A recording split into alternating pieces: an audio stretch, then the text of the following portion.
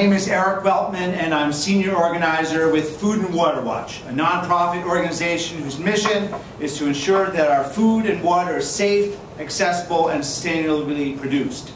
We thank you for convening this important event, and we thank you, Senator Krueger, for co-sponsoring legislation to ban fracking in New York.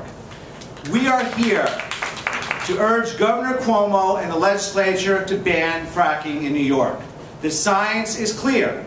Fracking cannot be done safely in New York, and no amount of regulations will adequately protect our air, food, and water from the dangers of fracking.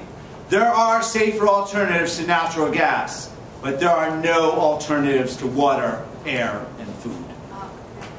Moreover, New York City is still at risk, even if fracking were banned in our watershed.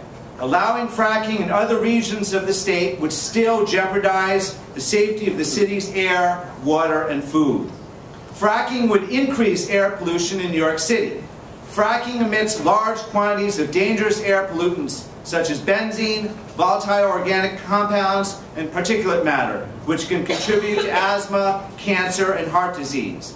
These are pollutants which can travel hundreds of miles, potentially exacerbating the city's already high rate of asthma.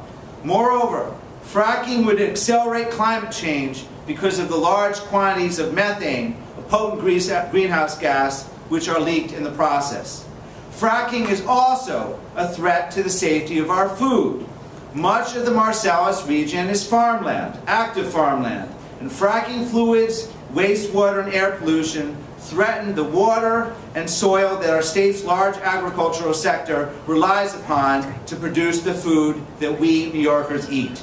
Finally, New York City's water remains at risk despite the ban on fracking in our watershed because of the large quantities of toxic wastewater produced, as well as the migration of toxic fluid that remains underground, whose movement is unpredictable and is certainly beyond our control. Accidents, explosions, and leaks are far too common in the oil and gas industry. We urge you to join us in sending a message to Governor Cuomo to put the safety of our water, health, and communities ahead of industry profits. There are safer alternatives to natural gas, but there are no alternatives to water, air, and food. Please oppose fracking in the Delaware River Basin and urge your colleagues to support legislation sponsored by Assemblyman Colton and Senator Avella to ban fracking in New York. Thank you.